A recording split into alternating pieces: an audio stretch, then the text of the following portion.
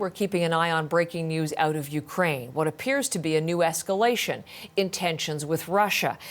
As we have been following images like this, Ukrainian military forces in defensive positions digging in. Russia built up 100,000 troops on three sides of the border with Ukraine. But this morning, Ukraine is coming under a different kind of attack. Officials in Kiev say there is a massive cyber hack which has hit the government websites in Ukraine. So let's bring you the breaking details there. Dominic Volitis watching developments from Bristol, England. Dominic.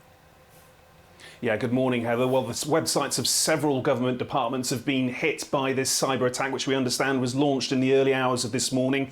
Among those affected are the websites of Ukraine's Ministry of Foreign Affairs and the country's Security and Defence Council. But embassies here in the UK, the United States and Sweden have also been targeted. So this is very much a widespread cyber attack, Heather. On some of the sites, hackers left this message. Ukrainians, all your personal data was uploaded to the public network. All information about you has become public.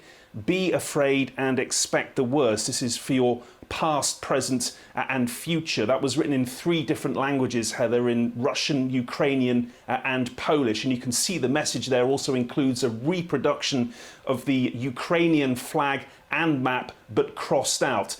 It doesn't, though, look like any content on the targeted websites has been changed, nor has any personal data actually been leaked. And although some of these websites are still down this morning, several are now back online. Heather. Ukraine's security service is investigating, Dominic. Maybe you can tell us about where they are focusing and whether there's any indication on who or what may be behind this attack. Yeah, well, they're saying that it's just too early to say who might be responsible, but they are pointing to what they describe as a long record of Russian cyber attacks against Ukraine. Indeed, since 2014, when Moscow annexed Crimea and conflict broke out in the Donbass region, hundreds of thousands of cyber attacks have been recorded, around 300,000 last year alone, according to official figures. So this latest cyber attack is not new, but it does come at the end of a week of stalled diplomacy and rising tensions between Russia and the West over Russian troops amassing on Ukraine's border.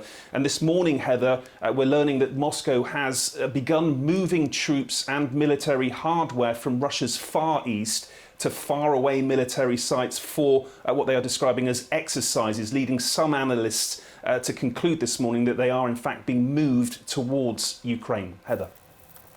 Dominic, thank you very much. Dominic Volitis will certainly be updating any new developments on that cyber attack if we learn new information this morning.